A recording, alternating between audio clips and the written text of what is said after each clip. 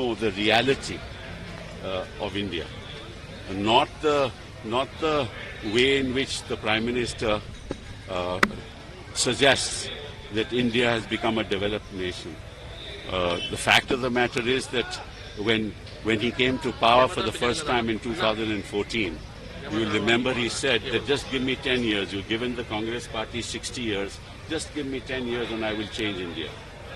Then after 2014, in 2019, after give me 60 months, he said, right? So he got the 60 months and he couldn't change anything.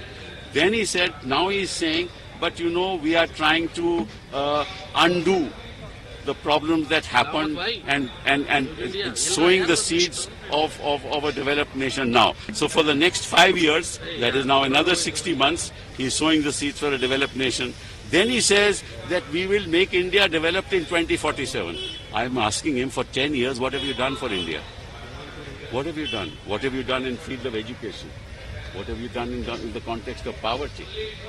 All that has happened in this country is that all the assets of this country are being taken over by the big industrialists in this country. And there is concentration of wealth. There are more and more people who are becoming billionaires. And the poor are as poor as they were before, if not poorer. And the level of unemployment today is over 7.9%. Forget about underemployment.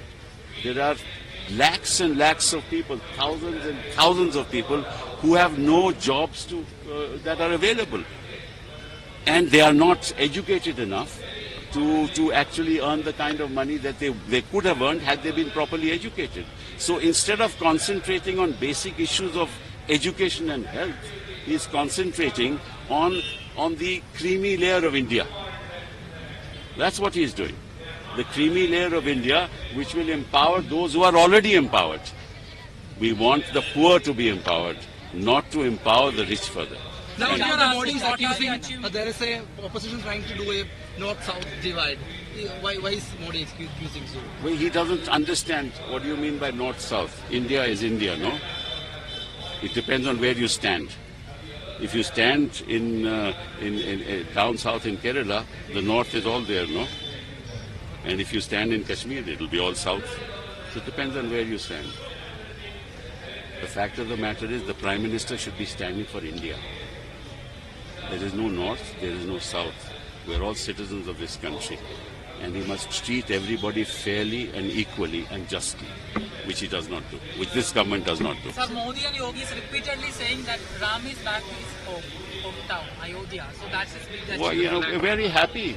I just hope that everybody in this country has Ram in his mind and Ram in his body, so that they think of what Ram stood for. Ram stood for honesty, honesty in data, truth, rectitude, not telling lies to people. That's what Ram stood for, right?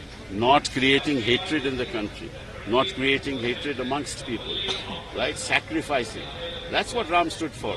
Well, if that's what Ram stood for, I hope that those who are ruling us should actually imbibe those values and move forward. And Modi is pretty confident that NDA will get 400. Do you think so? No, whether NDA will, either they know in advance what they are going to get, or he shouldn't be making these statements. Sir, Rahul Gandhi ने ये भी कहा कि वो जाति जनगणना नहीं होने देंगे, तो इस पर भी एक प्रतिक्रिया जरूर दे दीजिए। तो उनसे पूछिए।